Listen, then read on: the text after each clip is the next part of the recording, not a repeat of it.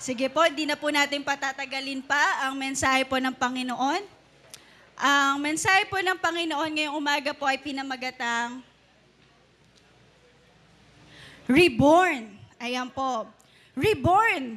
Or sa ibang translation, born again, lungri again, born again. Sa mga ating special guest this morning, second timer, ayan po. Ang Jesus the Great I Am po ay hindi nag-aalok ng isang bagong relihiyon po. Ayan, paulit-ulit po natin yung sinasabi. Ang nais po kasi ng Panginoon ay isang pakikipagrelasyon sa Kanya. Kasi po, mahal na mahal niya po tayo at yun po ang original plan ng Lord. Nakausapin po tayo everyday. Kasi po, everyday may pangangailangan po tayo. Tama po? Everyday po may gusto po tayong mangyari sa ating buhay at sa ating paligid. At nais po ng Panginoon, yung pakikipagrelasyon po natin sa Kanya ay intimate, talagang malalim po. Yan po kasi ang original plan ng Lord. At kaso, sabihin nyo nga po, may bad news. Ayan, naririnig nyo na po yan, di ba po? Alam nyo po ba yung sa pagtaas ng bilihin, pagtaas ng gasolina, kanina po na-mention po yan sa prayer po natin sa Prayer for the Nation, tumataas ang bilihin. Kasi po may bad news. Dahil po sa kasalanan, ay talagang nahiwalay ang tao sa Diyos. At dahil napahiwalay ang tao sa Diyos, hindi na tayo makaabot sa Panginoon. Kahit anong tawag natin sa Panginoon, kahit anong hingi natin sa Panginoon, dahil sa kasalanan, hindi po natin maabot, hindi tayo marinig ng Diyos. Kasi po tayo po ay madumi. Ang Panginoong Diyos ay banal. Amen? Banal po ba ang ating Diyos? Walang kasalanan ng Diyos. Hindi mo pwedeng pagsamahin ang dekolor sa puti pag naglalaba. Kasi po pag sinama ang dekolor sa puti, mamamantsahan po yung puti. Kapatid, dahil po sa kasalanan, naputol po yung ugnayan natin sa Panginoon. At ang kabayaran po ng kasalanan ay kamatayan. Ang kamatayan po ay mamamatay po yung flesh po nating laman. Flesh na laman pa, no? Yung laman po natin ay mamamatay at mapupunta sa impyerno. Dahil ang Diyos po, sa heaven nakatira, walang kasalanan. So, obviously po, yung may kasalanan, sa impyerno pupunta. Tama po? Dahil po sa kasalanan, hindi po natin maabot ang Panginoon. Dahil po sa kasalanan, hindi na po tayo naririnig or hindi na po mabigay ang ating pangangailangan. Pero, sabihin nyo,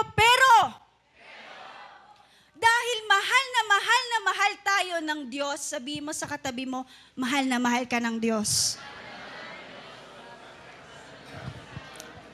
Dahil mahal po tayo ng Diyos, hindi po pumayag ang Diyos Ama na tayo po ay mapahamak dahil sa kasalanan at mapunta sa impyerno, kapatid. At ang pinakasusi po ang Panginoong Jesus, binaba niya ang kanyang bugtong na anak, ang nag-iisa niyang anak, nang sa ganon siya po ang umako ng kaparusahan. Na walang kasalanang Diyos, ang ating Panginoong Jesus, siya ang nag-suffer. Siya ang nagdusa para pagbayaran ng ating kasalanan na dapat po tayo po ang paparusahan. Jesus is the way, the truth, and the life. Kapatid, walang makakapunta sa Ama. Hindi tayo maririnig ng Ama, kundi sa pamamagitan ng Panginoong Jesus. Jesus Christ is our access to the Father. Kaya po, nais po ng Diyos na tayo po ay tanggapin po ang Panginoong Jesus sa ating buhay bilang Panginoon at tagapagligtas. Para po manumbalik, si Jesus po ang naging tulay para makaabot ulit tayo sa Ama. Para kapag tinanggap po natin ang Panginoong Jesus, sa ating buhay, personally, malilinis po ang ating buhay. At malinis na po tayo sa ginawa ng Panginoong Jesus. Amen? Kapatid, Kapag tinanggap po natin ang ating Diyos, ang ating Panginoong Hesus sa ating buhay, sinuko po ang ating buhay sa Kanya, mare-reborn po tayo. At kapag po tayo na-reborn, sa atin po ang Espiritu ng Diyos. Amen? Hallelujah. Sige po, let's pray. Hallelujah. Lord, salamat, mahal niyo po kami. Hindi niyo po hinayaan na kami po ay mapahamak dahil sa aming kasalanan. Ikaw ay nagdusa, ikaw ay namatay, Panginoon, para ipakita ang pagmamahal mo po sa amin at hindi kami mapahamak, Panginoon, dahil sa kasalanan. Ikaw ang nagsilbing kasalanan, Panginoon, kahit wala kang bahid ng kasalanan dahil mahal na mahal mo po kami, Panginoon, O God. Lord, nung namatay ka sa krus, pinakita mo po ang pag-ibig mo po sa amin. At nung ikaw ay muling nabuhay, Panginoon, pinakita mo sa amin ang iyong kapangyarihan. At yun po ang gusto mo sa amin. Maranasan namin ang iyong kapangyarihan, Panginoon, O God. And Lord, salamat po, Ama, sa iyong pag-ibig. Salamat po, Panginoong Jesus, sa pagiging tulay po namin. At salamat po, Banal na Espiritu, na siyang sumasama sa amin ngayon at magpakailanman. Lord, after this morning, after this day, Panginoon, mamahalin po namin ang Diyos Ama, ang Panginoong Jesus, at ang banal mong Espiritu, Panginoon, O God, dahil ikaw po ay iisang Diyos na may tatlong persona, Panginoon. Salamat po, binuhay mo po kaming muli para maranasan po namin araw-araw ang pag-ibig at ang kapangyarihan mo po sa aming buhay habang kami naghihintay sa pagbabalik mo po, Panginoon. Salamat po, ikaw po ang makita, wala na pong iba. Ikaw po ang marinig, wala na pong iba. Ikaw po ang makita, wala na pong iba. Lord, open our hearts, open our mind, Panginoon, O God. Salamat po. In Jesus' name we pray. Amen and amen. Sige po, palakpakan po natin lang, Lord. Hallelujah. Ang text po natin ay mababasa po natin sa John 16 verse 5 to 7. Sige po, sabay-sabay po nating basahin na may pananampalataya. Amen? 1, 2, 3, go! Pero ngayon ay babalik na ako sa nagsugo sa akin at wala ni isa man sa inyo ang nagtatanong kung saan ako pupunta. At ngayong sinabi ko na sa inyo, nalulungkot kayo. Pero ang totoo, para sa ikabubuti nyo ang pag-alis ko. Dahil hindi paparito sa inyo ang tagatulong kung hindi ako aalis, pero kapag umalis na ako, ipapadala ko siya sa inyo. Ayan. Kapatid, naranasan mo na bang maiwan? Uy! Naranasan mo na bang pagkaisan at iwan? Naranasan mo na bang mapag-iwanan ng panahon? Long sa tingin mo, left behind ka na sa nangyayari sa paligid mo. Bakit parang, ako na lang yung ganto? Bakit yung iba nag-grow, yung iba ay lumalago, yung iba umaasenso?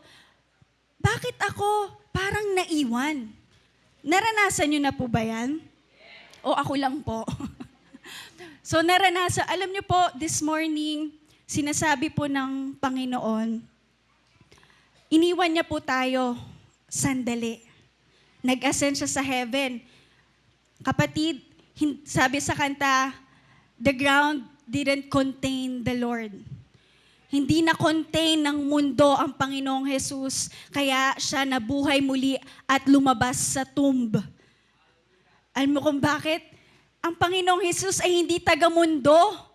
Siya po ay banal ng Diyos. Siya po ay hari na manghari, Diyos na mga Diyos.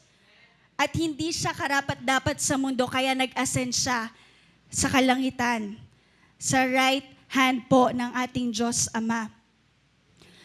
Nag-ascend po ang Panginoong Jesus at sinabi niya sa atin, babalik ako. Sabihin mo nga sa katabi mo, babalikan tayo ng Panginoong Jesus. Kapatid, sinabi ng Lord, para sa ikabubuti nyo ang pag-alis ko. Ang Panginoong Jesus, sinasabi na sa atin, iiwan ko lang kayo saglit ha, parang isang guardian. O anak, dito ka lang sa bahay ha, bibili lang si nanay ng ulam natin, babalikan kita. Pero huwag kang mag-alala kasi sasamahan ka ng tita mo. Naalala ko po, si mama kapag umaalis yan ng bahay, ang nani namin or ang yaya namin, or hindi naman yaya, ang tagabantay po namin ay si Tita Mona. Ayan. Oh, kaya nga po suot ko po yung damit niya eh. Pinagliitan eh, no? Talaga pong binabantayan kami. At nung pagbabantay po ng Tita Mona is kagaya po ng aking nanay. Ayaw niyang napapahama kami, kung saan-saan kami napupunta. Oo, ano yan? Baka delikado yan. Naalala ko po, sinabihan ako ng tita ko, wag mo itutulak yan, yung flower vase. Wag mo itutulak yan. Bata ako, sutil ako nung bata. Sabi, nag-smirk pa ako eh. Bah! Nabasag, matigas ang ulo. So, yung pag-ibig po ni Tita Mona, para alagaan kami for the meantime, dahil umalis nga po ang nanay ko, parehas lang. Ano po ba yung tagatulong na yan? Mamaya po, sasabihin po natin kung ano-ano pa po ang ibig sabihin po ng tagatulong na yan. Sabi ng Lord, bakit napabuti? Kasi ayaw ng Diyos na tayo ay nag-iisa o mag-isa. Sabi mo sa katabi mo, ayaw ng Lord na mag-isa ka. Team Bahay, Team Online, sabi mo sa comment down below, ayaw ng Diyos na mag-isa ka. Ayan. Siyempre, wag naman nating iwanan ang Team Bahay. Sabi ng Lord sa John 14 verses 16 to 17, at hihilingin ko sa Ama na bigyan niya kayo ng isang nasa sa inyo, kapatid, forever, hindi ka mag-isa. Sasamahan ka ng banal na Espiritu. Ang Panginoong Jesus, iniwan niya tayo saglit, pero ibabalik niya or isesend niya ang banal na Espiritu, ang ating tagatulong. Siya ang banal na Espiritu na tagapagturo ng katotohanan. Hindi siya matanggap ng mga taong makamundo. Kapatid, ang taong makamundo, ang taong na tumitira sa mga mundo or nakafocus sa mga mundong bagay ay hindi makikilala o hindi matatanggap ang banal na Espiritu. Kapatid, gusto mo bang mamuhay ng makamundo? Kapatid, kung ikaw ay makamundo, hindi sa inyo ang tagatulong. Hindi siya matanggap ng mga taong makamundo dahil hindi siya nakikita o nakikilala ng mga ito. Pero kilala nyo siya dahil kasama nyo siya at sa inyo siya magpakailanman. 2 beses inulit. Magpakailanman. Sa English po, sa Amplified Version, ang helper po, comforter. Kapatid, dahil napag-iwanan ka, malungkot ka, nakakaramdam ka ng disappointment, discouragement, the Holy Spirit will comfort you. Amen? The advocate or counselor, di ba po sa mga other term yan ay attorney. Kapag meron kang gustong ipaglaban, kasi nga hindi mo mapaglaban na mag-isa ang sarili mo, kailangan ng korte para lang mangyari. Ayan, natatandaan natin ang mga patotoo po ng ating mga kakilala dito na may ni-raise silang concern, tatakbo sa attorney. At ang attorney, counselor, advocate, siya ang haharap sa judge para, ay hindi totoo yung sinasabi mo sa kliyente ko. Ano bang tawag doon? Pagtanggol, ayan. Ang Holy Spirit ang magtatanggol sa atin. Ikaw ba ay nakakaramdam na pinagtutulungan sa office, sa school, sa katrabaho, sa kapitbahay, laging issue sa mga chismis? Ang Holy Spirit po ang ating tagapagtanggol. Amen? Ang ating strengthener, ang magpapalakas sa atin, at ang standby na talagang kasama natin. Mamaya po sasabihin, intercessor.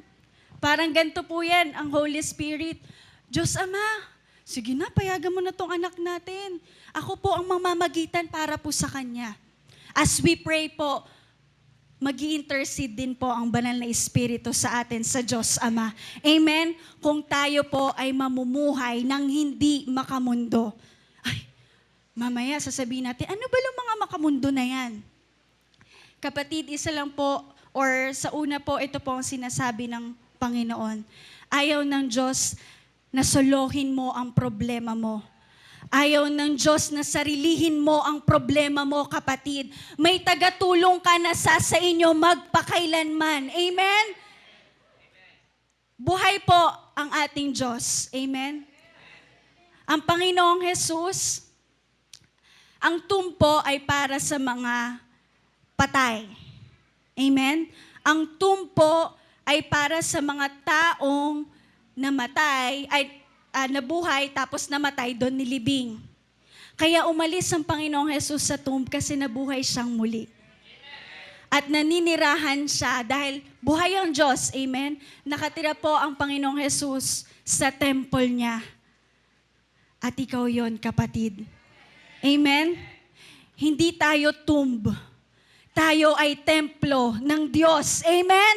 At nananahan ng Panginoong Jesus ang kanyang spirito sa atin. Kung paano nagtagumpay ang Panginoong Jesus sa death, ganon din pong katagumpayan ang mangyayari po sa atin. Amen? Kung tinanggap po natin ang ating Panginoong Jesus bilang Panginoon at tagapagligtas ng ating buhay. Sabihin mo sa katabi mo, huwag ka ng soloista. Huwag ka ng imo-imo. Kung doon sa mga Gen Z ngayon, hindi ko alam kung naabutan nyo yon. Yung mga imong may highlighter dito, tapos may bangs dito, ayan, tapos may scarf dito. So, yung mga imo, laging mag-isa. Yung gusto, laging mag-isa. Kapatid, ayaw ng Diyos na tayo ay mag-isa. Amen? Nung nandito po ang Panginoong Jesus sa lupa, di ba po, sa isang lugar to another place, babalik siya sa lugar na yon para gumawa ng himala, para magturo. Ayan. Ang Panginoong Jesus ay limitado sa kanyang availability. Amen? Sa isang story po na kung saan, nung first miracle po ng Panginoong Jesus, tinurn niya yung water into wine. At after nung miracle pong yon, may nakasalubong siyang isang opisyales ng gobyerno, isang government official na kung saan nabalitaan niya na ang Panginoong Jesus ay dumating. Kaya naman pinuntahan niya agad-agad. Sinabi niya, doon ay may isang opisyal ng pamahalaan na ang anak na lalaki ay may sakit at nasa Capernaum. Nang mabalitaan niyang bumalik si Jesus sa Galilea mula sa Judea, pinuntahan niya ito. Nakiusap siya kay Jesus na pumunta sa Capernaum at pagalingin ang anak niyang nag-aagaw buhay. Kapatid, dumating na ba sa pagkakataon nag-aagaw buhay ka na? Hindi man physical, kundi yung mental mo, hindi mo na kaya. Emotionally, hindi mo na kaya. Burn out ka na sa trabaho, sa pag-aaral, sa mga gawaing bahay. Ayan po, so saludo po sa ating mga nanay, tatay. Ayan po, pagod ka na. Sinabi ni Jesus sa kanya, hanggat hindi kayo nakakita ng mga himala at kababalaghan, hindi kayo maniniwala sa akin. Sumagot ang opisyal, sumama na po kayo sa akin bago mamatay ang anak ko. Dalian na po natin. Kasi po nag-aagaw buhay na ang kanyang anak. Ano po ang sinabi ng Panginoong Jesus? Sinabi ni Jesus sa kanya, pwede ka nang umuwi. Magaling na ang anak mo. Kapatid, ito po may isa pong truth dito po sa story na to. Kapatid, nakakaranas ka ba ngayon ng napakabigat na problema na patong-patong ang problema? sinasabi ng Diyos sa inyo, pwede ka nang umuwi. Saan ba umuwi? Sa bahay. Ano po bang ginagawa sa bahay? Nagre-relax. Kapatid, pwede ka nang mag-relax. Sinasabi ng Panginoon ngayon sa'yo, anak, relax ka na. Sagot ko na ang problema mo. Amen?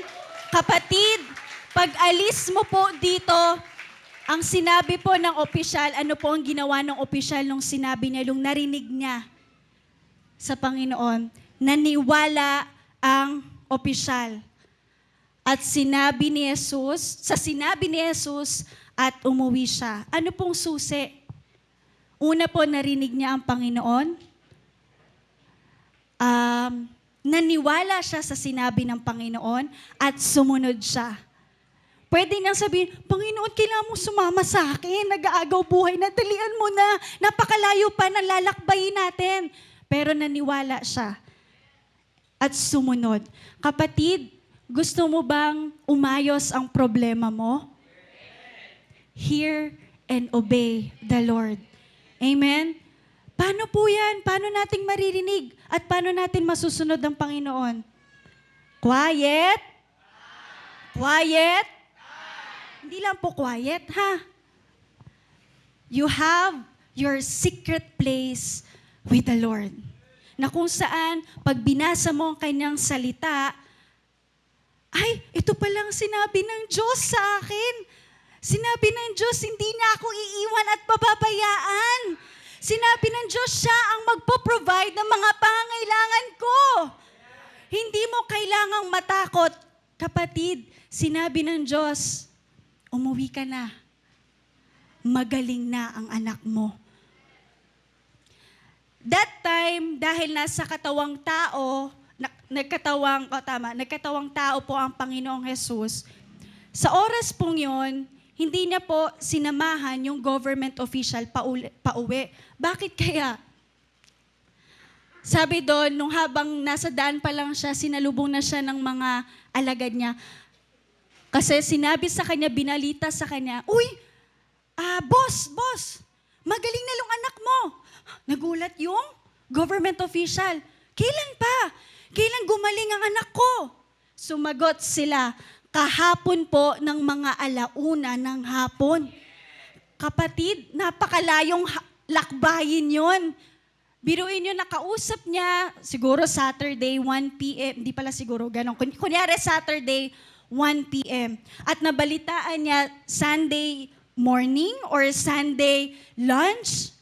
Siguro kapag naglakbay sila, habang naglalakbay sila, nag-agaw buhay na. Pwede po mangyari po yun, di ba po? Kasi hindi naman po sinabi doon nag-teleport ang Panginoong Jesus. Kasi po nasa katawang tao po ang Panginoong Jesus. Kaya po kapatid, sinasabi po dito na pabuti po ang pag-ascend ng Panginoong Jesus sa kalangitan. Dahil kapag hindi siya umalis, walang papalit sa Kanya na makakasama natin saan man po tayo pumunta.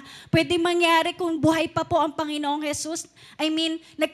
Katawang tao pa rin ang Panginoong Jesus. For example, dito sa church, sa JGA, nagpipreach ang Panginoong Jesus. Paano naman sa ibang church? Paano naman sa JGA Nobeleta? Physically po, limited po ang Panginoong Jesus during that time.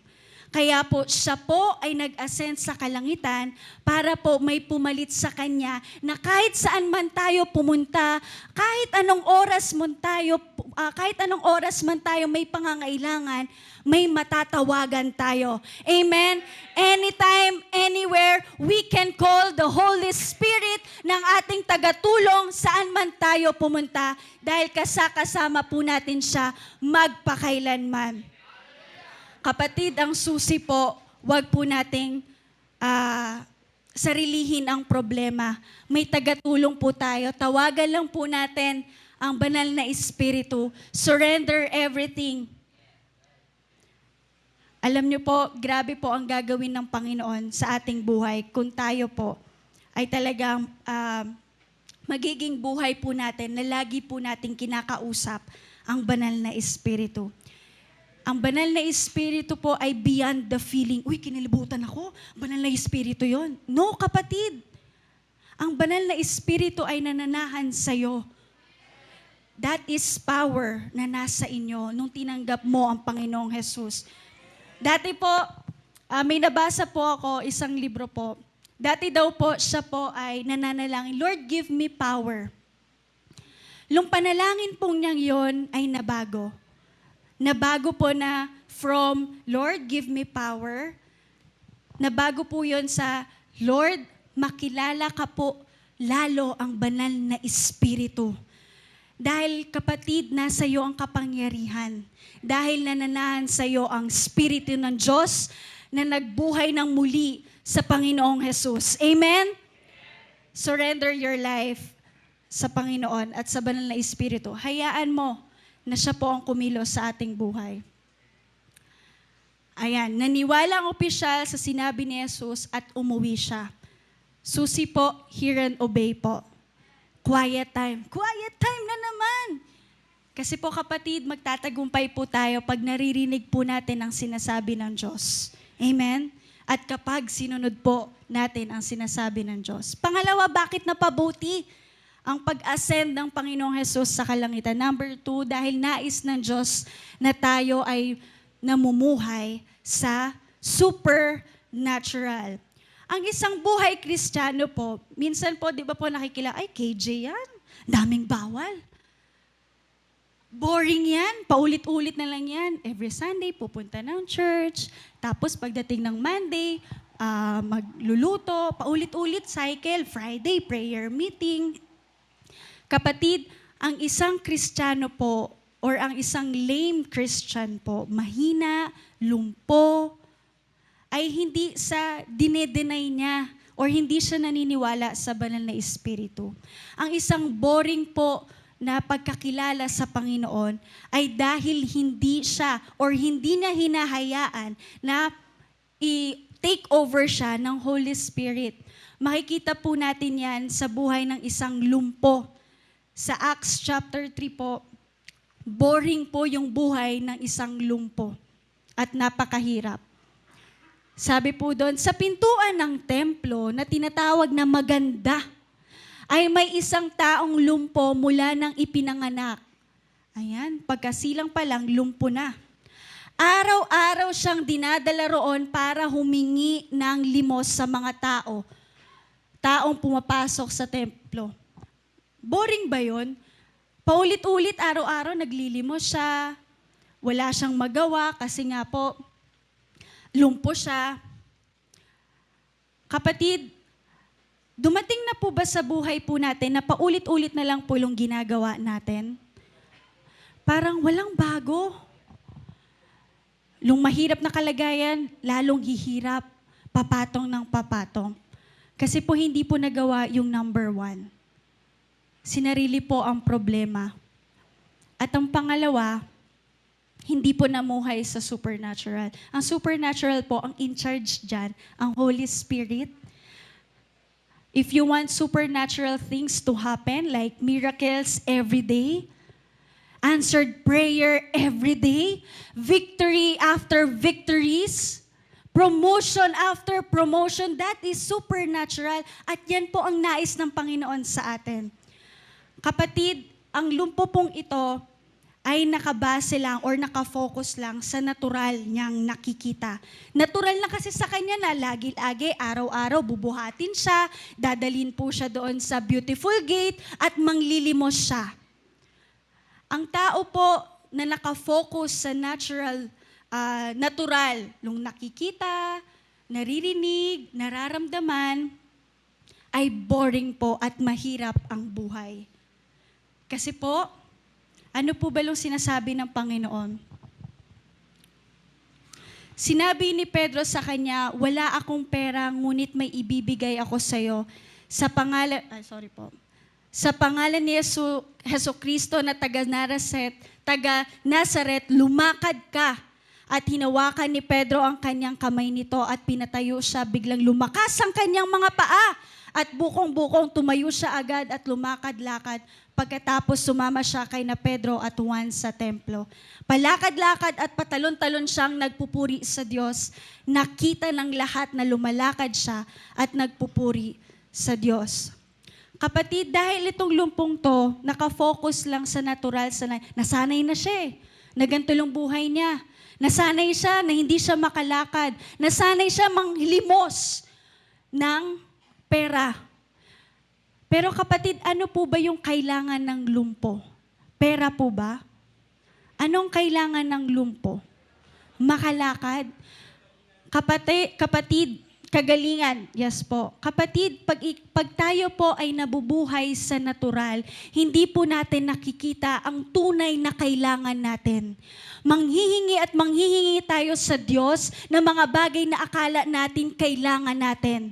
Kasi yun yung nakikita natin eh. Ay, nagtaas ng bilihin, kailangan kong mangutang.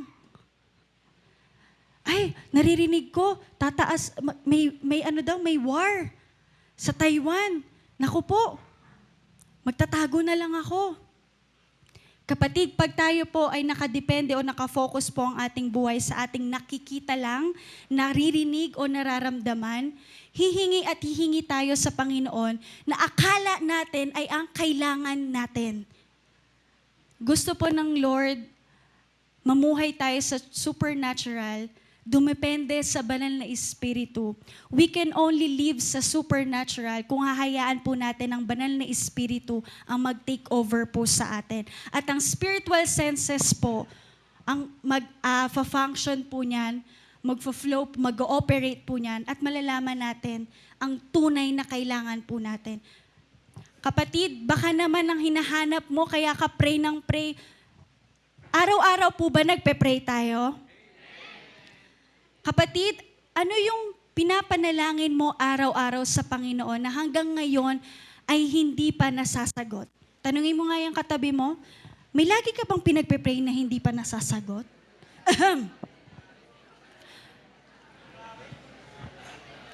Limos ng limos yung lumpo ng pera.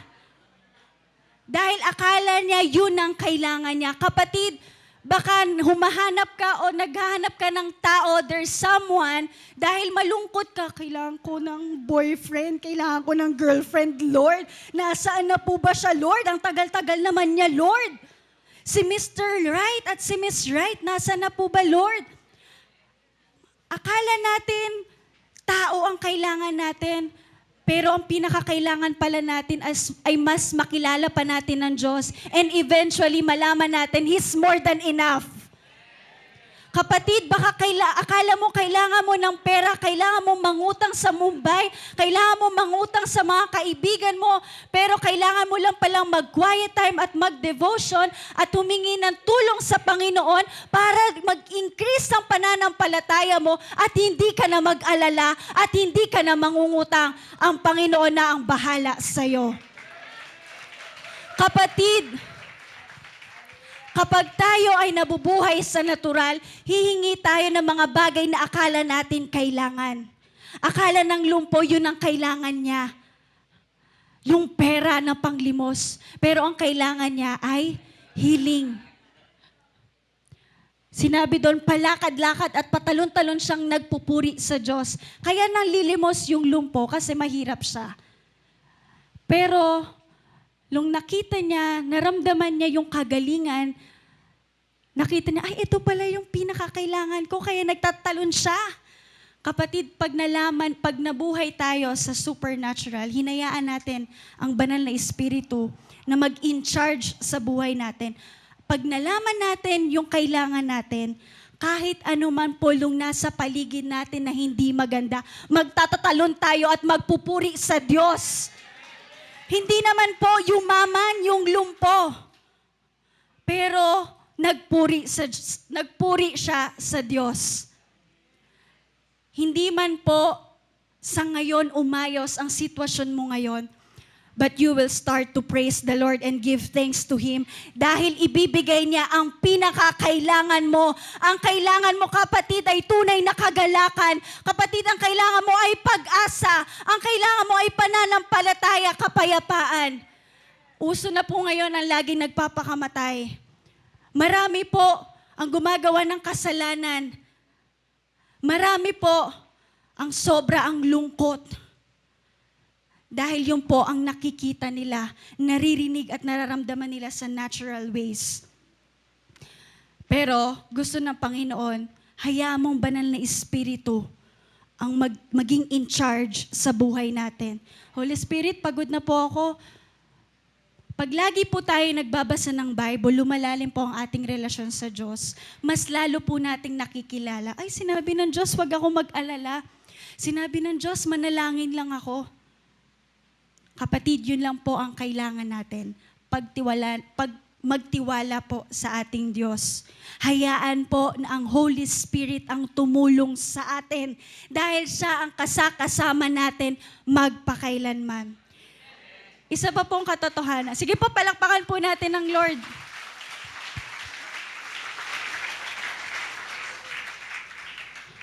Isa pa pong truth dito. During that time, si Peter at John nga po, papunta sila sa beautiful gate. Dahil nakita po nila nung isang crippled man, sabi niya, nalilimos kasi, lulumpo sa kanila. Palimos po. Pero ang sinabi ni Pedro, wala akong pera. Sino po mga leaders dito? Cell leaders, small group leaders, ministry leaders. Wala ka bang pera? Uy! Kapatid, yung mga worker po ng Panginoon, alam ng Lord yan. Pero if we start to live in the supernatural, nakita ni Pedro na hindi pera ang kailangan ng sinesel group niya. Kapatid, baka ang kailangan ng sinesel group mo ay hindi tulong financially. Baka pag nag-evangelize ka, kailangan mo talaga ng, kailangan na naman ng merienda para pumunta. Kapatid, wag po tayong tumingin sa natural nating nakikita. Hayaan nating ipakita ng banal na Espiritu kung ano talaga ang kailangan ng mga sinesel group natin, ng mga dinidiscipleship natin, mini-mentor natin. At si Lord nang bahala. Kung wala kang pera, si Lord nang bahala dyan. Binigay na nga niya ang kanyang bugtong na anak para sa atin. Paano pa kaya yung mga bagay na kailangan natin dito sa mundo? Walang kaso yan. Magpatuloy lang po tayong sumunod sa Panginoon. Amen? Amen. Pangatlo, napabuti po ang pag-alis po ng Panginoong Hesus dahil nais ng Diyos na tayo po ay lumaya na dumepende or umasa sa ating sarili. Kapatid, kapag po tayo dumepende po sa ating sarili, sa ating iniisip, ano po ba yung lagi nating iniisip? Di ba po? Lagi tayong nakakalimot. Makakalimutin. Nasaan ba yung salamin ko? Nasaan ba yung cellphone ko? Iniwan ko lang saglit dito. Nasaan ba yung susi ng sasakyan?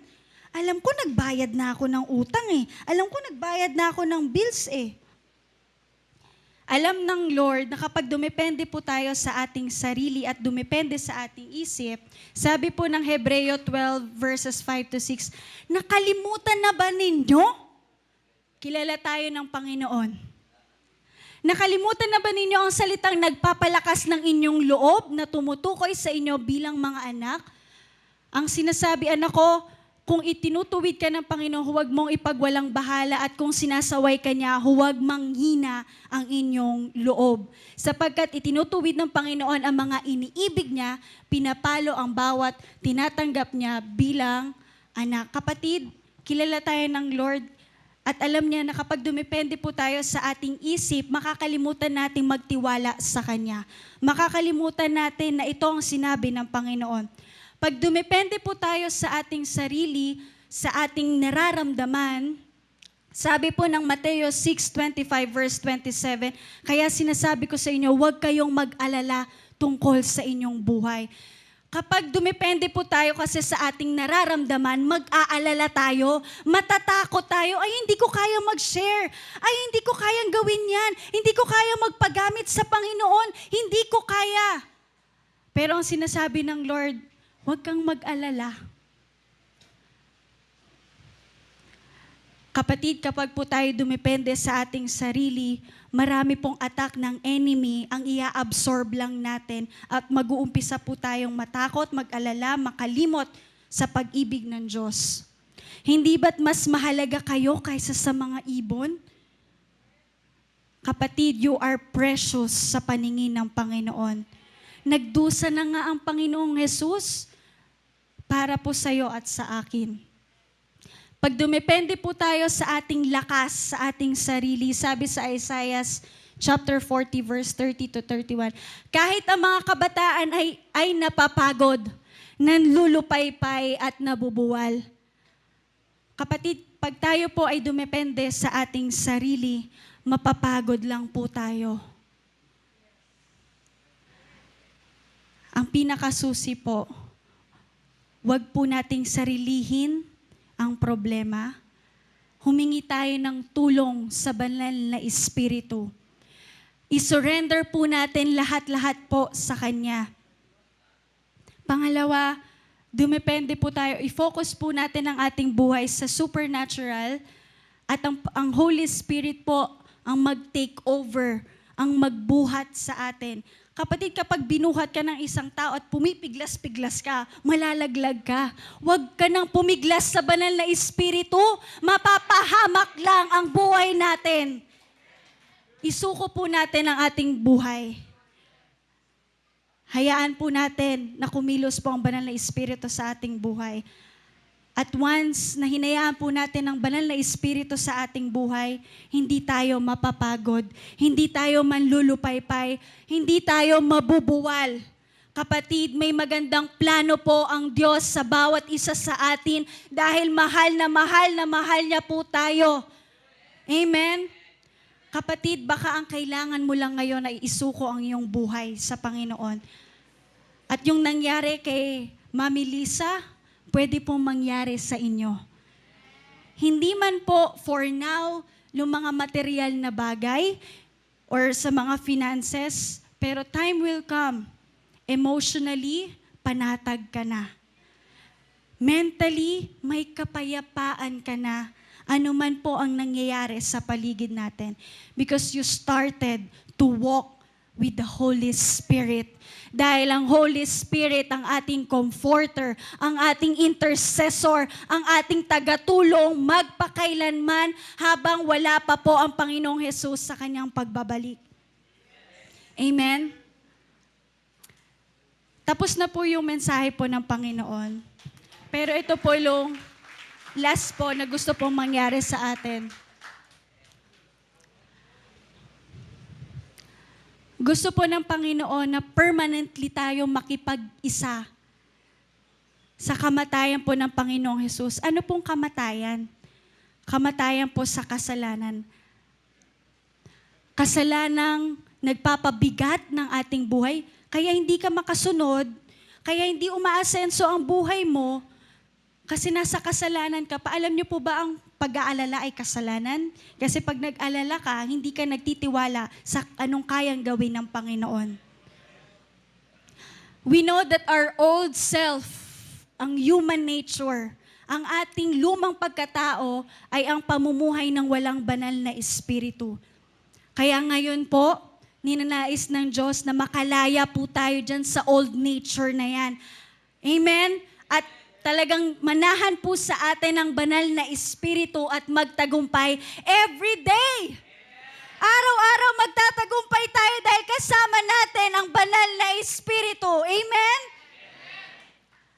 At kapag tayo po ay nag-decide na patayin yung ating lumang pagkatao, sinama natin sa pagkamatay ng Panginoon, at muling nabuhay na muli ang Panginoong Jesus, at tayo po ay nabuhay nang meron ng banal na espiritu ng tinanggap natin ng Panginoong Hesus at tayo po ay bagong nilalang.